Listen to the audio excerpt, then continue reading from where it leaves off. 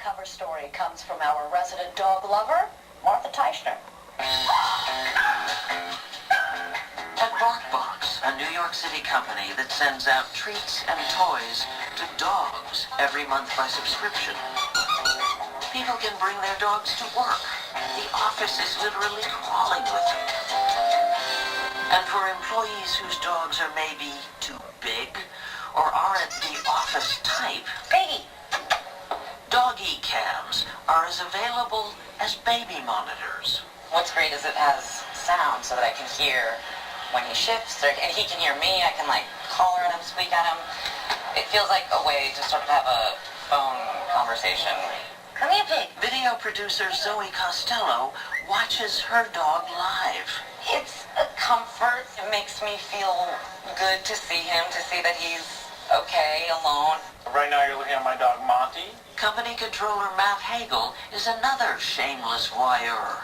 Sometimes I'll communicate through it to yell at him if he's doing something bad. And does he respond? Yeah, he can hear me. So if you say no, he'll get it. He'll get it. He may not listen. So normally right when we leave, I think he gets upset. But then after that, he'll just sleep. We leave music on for him, so he likes reggae music. But the sleep part, that's what most dogs do when they're home alone. The average dog sleeps 12 to 14 hours a day.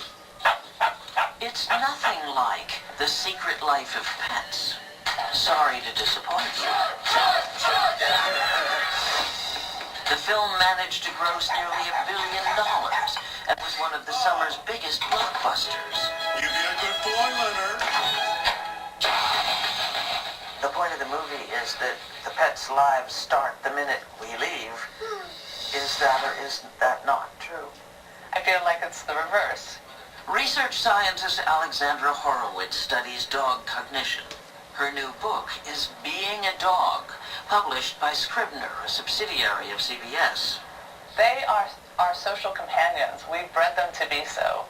And their existence really revolves around our presence and interaction with us. And that's exactly what they don't have when we leave them. Pets do have a secret life, though. For dogs, it's not so much about this as it is about this.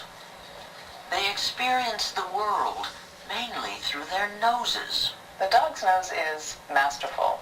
It's such an impressive organ. Humans have about 6 million olfactory receptors. Dogs have 300 million. They sniff more, and they sniff more rapidly than we do, and that's because they need to get the odors from the outside world all the way up to the epithelial tissue, the cells that do the smelling, and that's really at the back of the nose. They exhale through those little curled slits on the sides of their noses. And listen to this.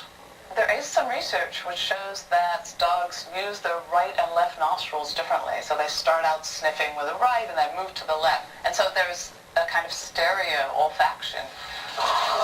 We gathered a few dogs. Alexandra Horowitz's dog Finnegan, Ricky, and June. My dog Minnie. To see some noses in action. A pretty classic greeting ritual. How does a dog know from smelling whether the dog they're meeting is a friend or an enemy? I don't think there's anything inherently friend or foe about a smell. Maybe younger or older, healthy or less healthy, sick or recently eaten some things. Can they smell fear? Can they smell love? Yeah, I don't think it's too fantastic to say that in some way they can smell fear, in some way they smell love. And that's because we're giving off odors that correspond to a state of fear or feeling of affection.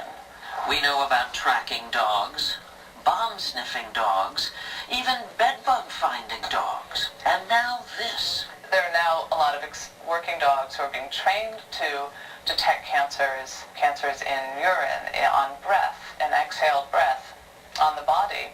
And would you believe, dogs can also smell time.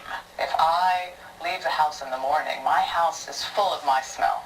An hour later, a lot of it will have disappeared. So, knowing what the room smells like after an 8-hour day.